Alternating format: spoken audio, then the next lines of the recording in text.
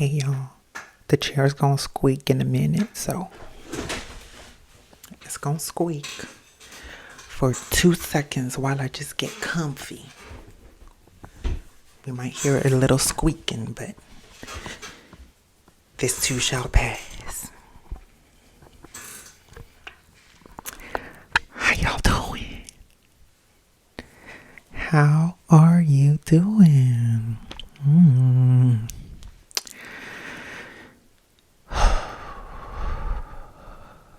Let's take a breath.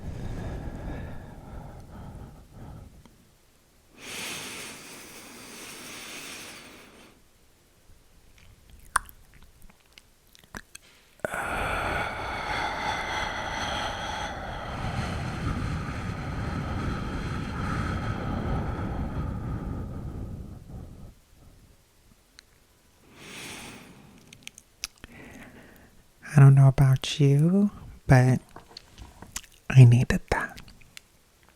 Yeah, I needed that. So we're starting off a little bit, I hope, soft spoken. And maybe we could go into a whisper in a little bit. I don't know what y'all think. Soft spoken or whisper? I'm feeling a little bit like soft spoken today, which is interesting, considering that soft spoken in the context of ASMR, even though it is soft spoken, is louder than a whisper. And I think that based on what we're going to talk about today in a little bit, this is an interesting choice to organically make, because I didn't sit down and think, oh, we're going to do soft spoken today. I just thought, we got here and the first thing that came out was just soft spoken. It wasn't a whisper like my last video, which was my first video. It was soft spoken. And I think that matters because today we're going to talk, I think you can see by the title already, about the movie 1001, which just came out recently. We're going to get into all the logistical details of the movie in a little bit. But there's a part in this beautiful movie. If you can't tell what my review is going to be like, let me just preface it by saying this is a gorgeous movie. So you know what to expect moving forward. There's a part of this beautiful film, we should call it, where the character of Inez, that is played by the masterfully talented Teyana Taylor, and there's no exaggeration in that. She is a triple threat in all of the words and all of the meanings of that phrase. She is an incredible musician. She is truly a masterful performer when it comes to dancing and putting on a show. And as an actress, she's formidable. And so when we use that phrase, a triple threat, I think we're usually talking about somebody who is in some way musically inclined. They can sing, they can rap, they can maybe write, perform. We're usually referring to some sort of musicianship. And then the second part of that is usually maybe they dance or something like that. That's usually a part of it, Usually. It's like, oh, they sing, they act, and then they perform or they dance or something like that. So they're triple threat. She's one of those. And I would like to actually nominate her for a quadruple threat as a businesswoman. because she is that as well. There's a part in this movie where she says, and I'm going to review this movie without spoiling it. If I'm ever going to, quote, spoil something, I'm only going to talk about an element of the movie, not a part of the plot. So the story will not be ruined at all, but there might be spoilers in the form of thematic and maybe elemental things that you may not have otherwise known. This is my ticket. You may not have otherwise known, except maybe you watched the movie or maybe listened to an interview or something that, spoke about something thematic or elemental in the film. So if I'm ever going to spoil that, I'll give a bit of a heads up and then you can figure out what you want to do about that. Because I really want to just talk about this for your benefit, potentially, but also for mine, because I already felt, coming out of the theater, I knew that I felt like I wanted to journal. And then I thought, oh, this is fantastic. I could just make a video about it. And then that way I could record the experience that I'm feeling, because I literally just saw it. I just got out the theater probably like an hour ago. However long it took me to drive home. I got out the car, I came in the house, and now I'm here. So I'm going to record the experience of what I'm feeling from me, but then also I thought this is fantastic because I could potentially share it with someone else, which is great, especially if the conversation around this movie increases, which I hope it does. The only reason I would quote, hope it didn't is, actually that's not true. I really hope it does, but it's that thing of where you've found a gem and you only want it for yourself, but you realize that the best way to really preserve the memory is to share it. That's one of the best ways to preserve a memory, or to immortalize a memory, is to share it with maybe someone else who has the capacity to hold a memory, or some medium that has the capacity to hold a memory by writing it or recording it or something. So I do truly hope that the conversation around this movie increases. But back to the theme.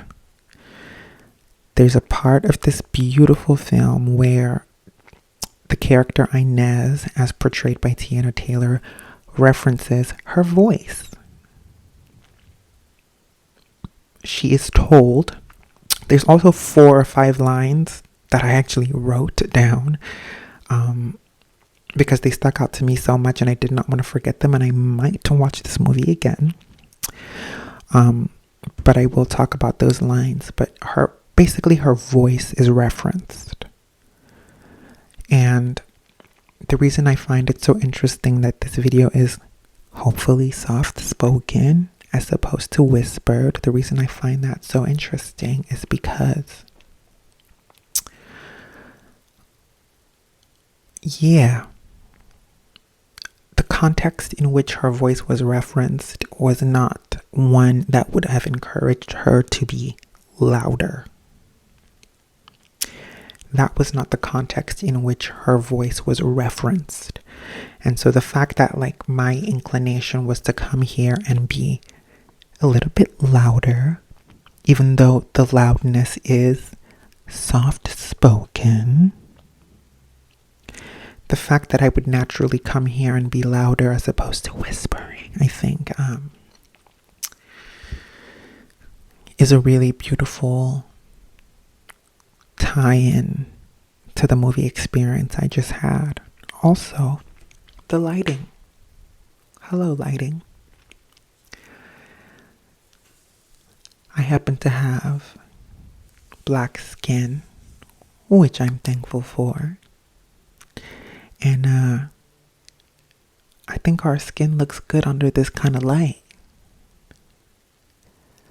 And also, there's another reason I think this light is good, because this movie,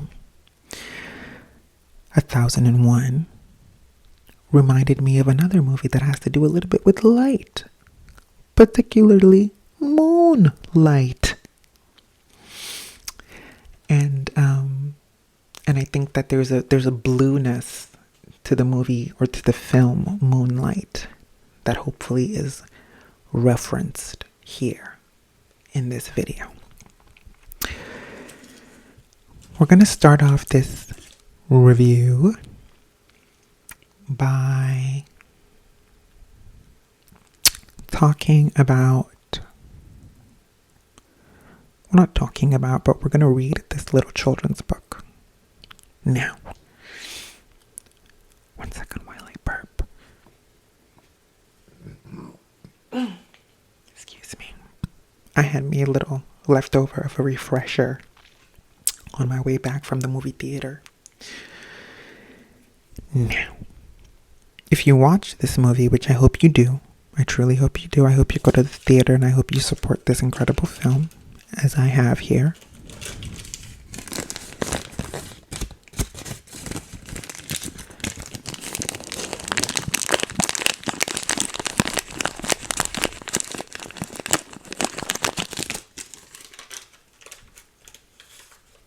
Ticket. I was in Theater 7, and I actually want to talk about my movie going experience in a little bit as well, because that was actually something interesting.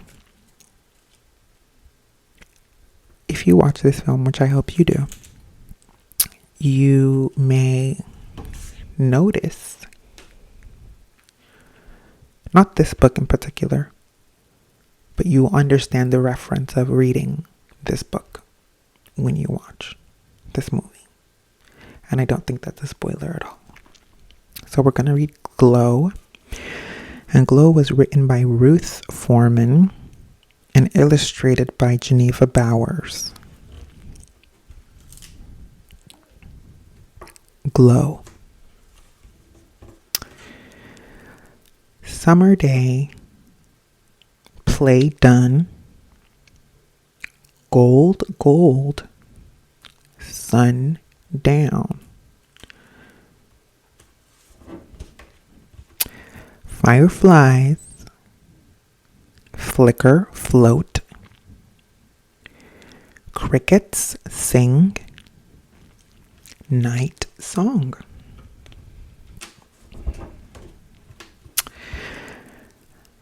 Icy cream, drips, stoop.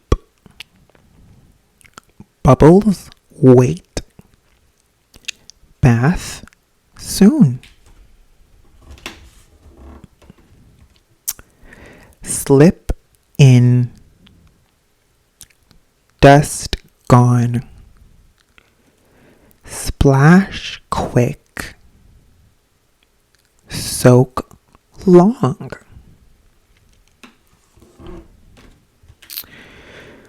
Window opens, night stars. Moonlight.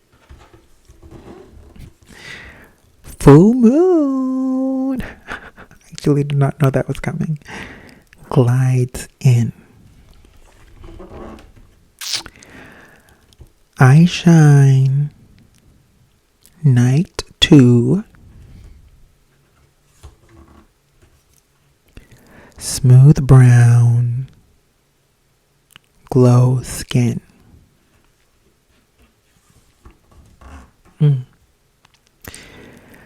Towel hug. Thick, thick. Cocoa butter. Kiss slick.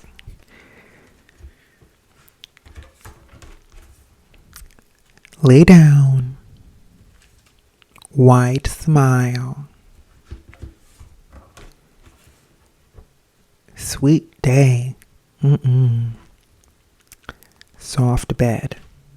Swaft bed. The movie is contextualized in New York. I shine. Night 2. That was Glow by Ruth Foreman, illustrated by Geneva Bowers. And I guess we'll leave it here while we discuss. Guys, we might squeak a little bit. Hang on. I just had to check that we were still recording. We might squeak a little bit on the way back.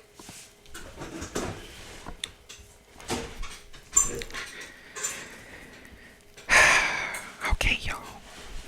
We back.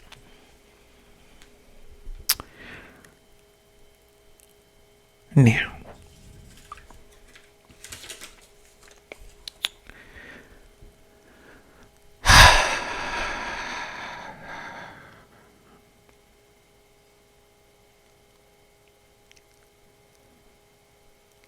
I loved this movie, but I would like to talk about it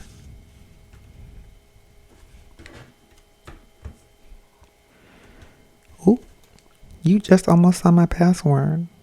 Not today.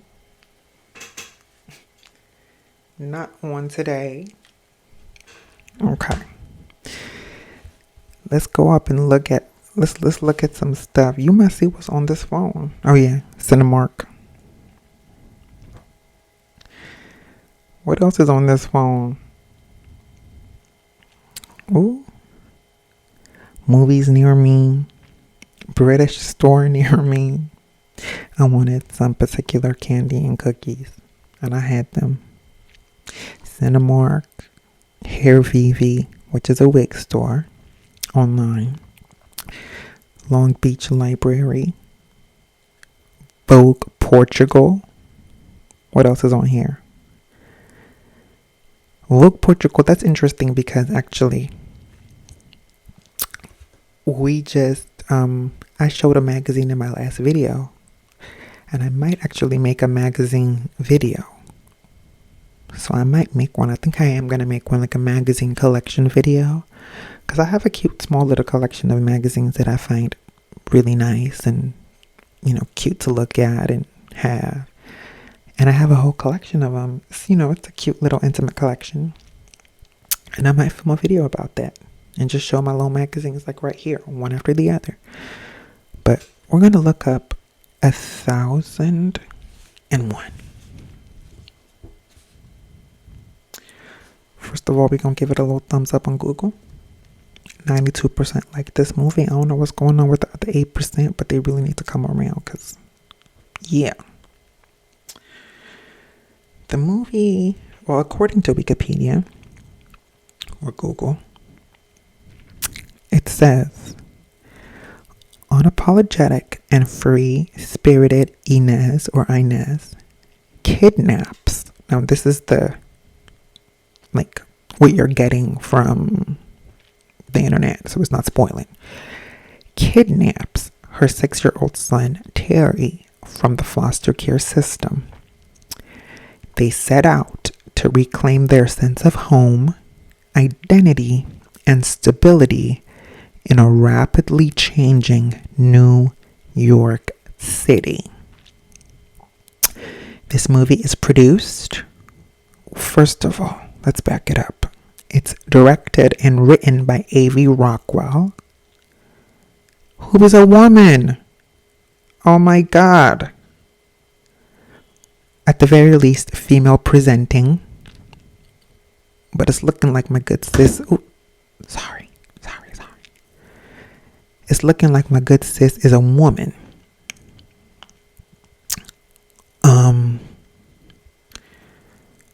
Yeah. And this is her feature directorial debut. Like, this is her long movie directorial debut. Oh my goodness.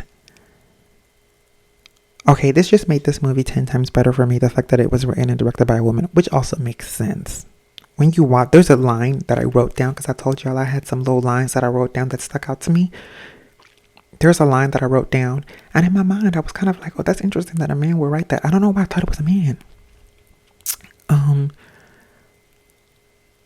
But I was like, oh, that's interesting. Like, I just, in my mind, it just kind of seemed like, oh, a man wrote that, or like if a man wrote that, or like, I don't even know. Like, but yeah, that makes so much sense now. But this movie came out March 31st, 2023. So it came out like 3 days ago or 2 days ago, like on Friday. Today is Sunday, and this movie came out on Friday. I think it was Friday, yeah.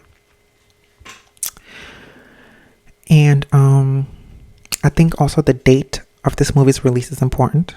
We'll talk about that in a minute. And this movie was produced by, we're going to give everybody their due, Eddie Vaisman, Julia Ledbedev, Lena Waithe, Rishi Rajani, and Brad Weston. Lena Waithe is who you may recognize because she has done a lot. Particularly, she is responsible. She wrote an incredible episode of the TV show Master of None, with Angela Bassett as her mother in that episode. And it's like a Thanksgiving episode, I believe. But I wanted to talk about Lena in the context of the TV show 20s, which I believe she created. Yep, she created it. We're gonna give that a little thumbs up too. She created this TV show, and it is semi-autobiographical. I was in the car thinking about that. I was like, was this semi-autobiographical or just inspired by her biography, or like da-da-da-da-da? It is semi-autobiographical, which makes sense because the main character in the TV show actually kind of looks like a version of her, so it makes some sense. But so you might know Lena Waithe from a number of things, so this just adds a little bit more credibility to the movie. Before we talk about the movie itself, I want to just get more logistics out of the way about this movie. This movie was released on March 31st, 2023, a couple days ago.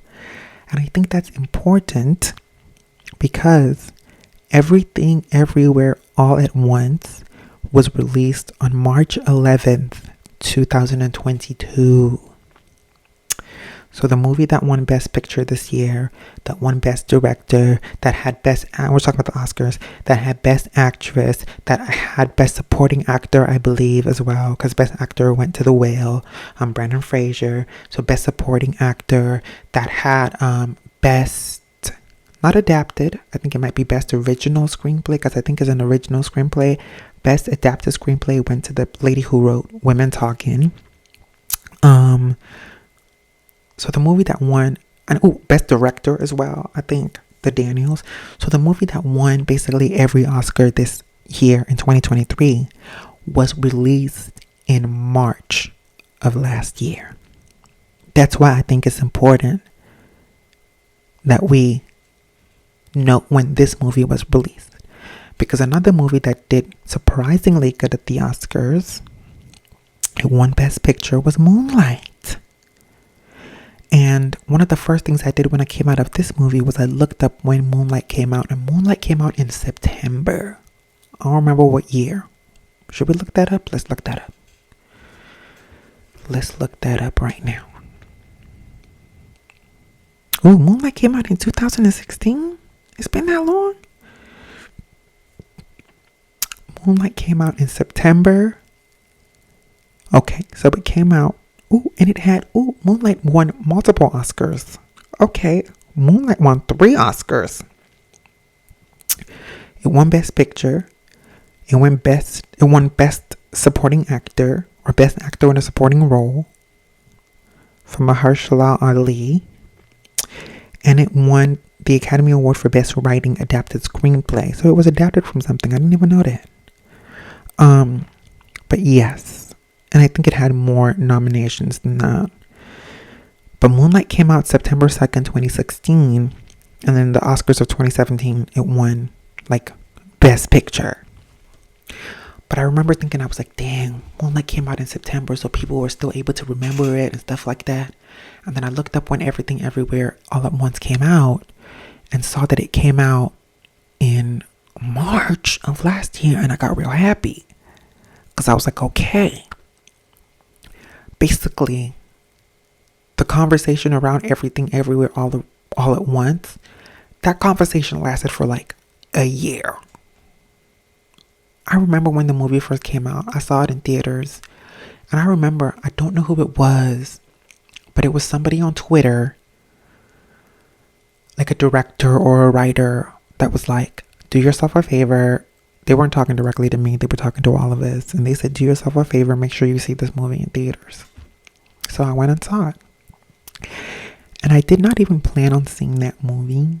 There was another movie that came out around that time with Idris Elba and Tilda Swinton. Let's look that up.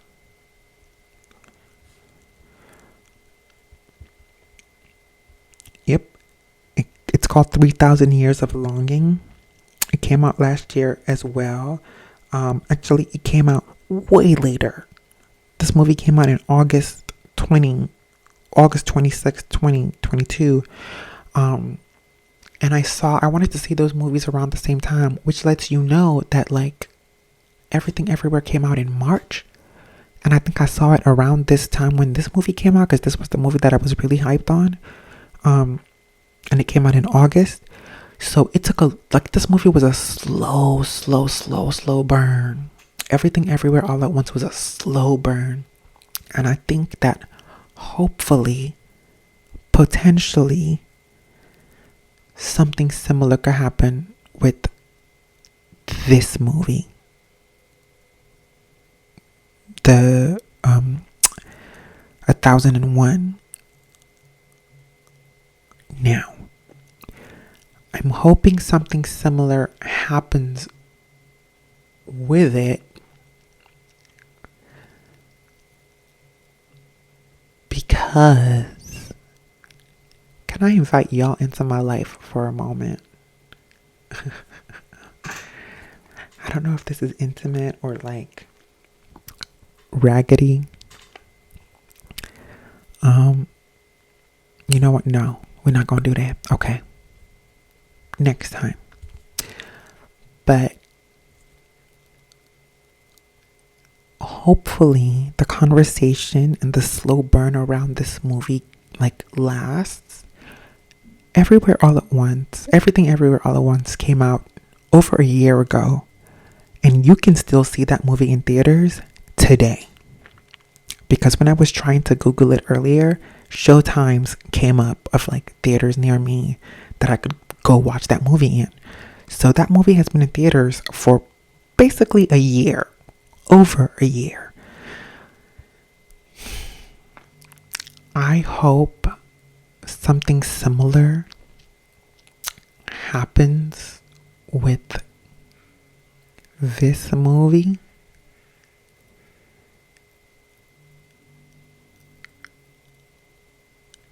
Because I wanted to win an Oscar. I wanted to win multiple Oscars.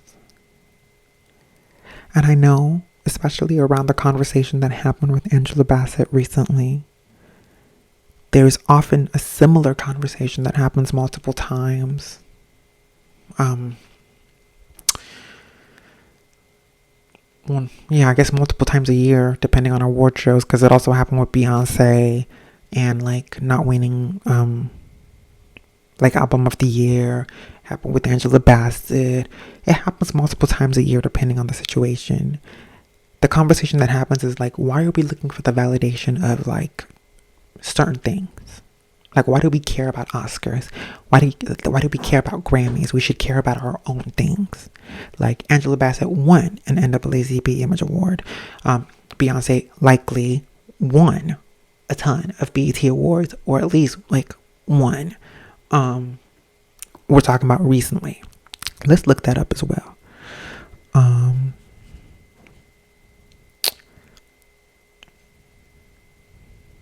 Renaissance BET Awards.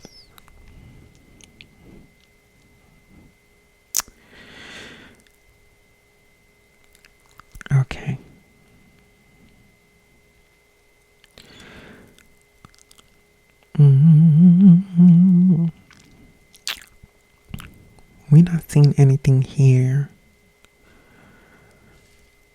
Are you telling me Beyonce ain't win no Renaissance NAACP?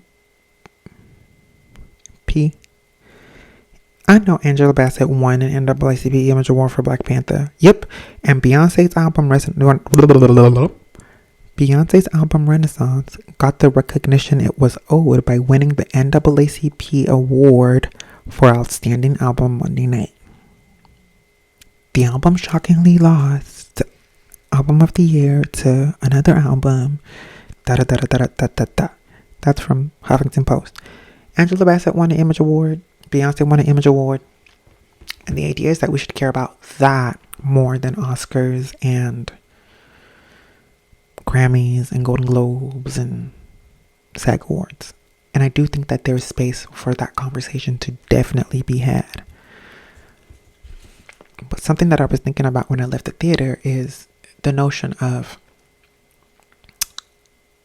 speaking the language the audience understands.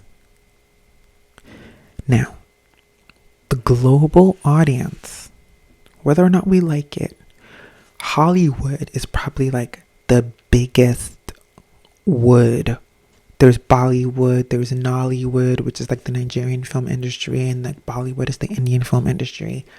Of all the woods, Hollywood is likely the biggest one. On a global scale, the global movie-going audience understands the language of Oscars. That's why the marketing of movies, even stateside and potentially overseas, always includes things like starring Academy Award nominee so-and-so, Angela Bassett. Or from Academy Award winner so-and-so, or from the producers who brought you people, the global movie-going audience understands the language of like Oscars and Grammys and maybe not Tonys, but sure. But to me, that's why I would want this movie and Teyana Taylor. And I think also the reason I thought about Moonlight quickly when I watched this movie is because this movie is set up to have like a Moonlight Awards effect. For example, let's talk about some of the actors.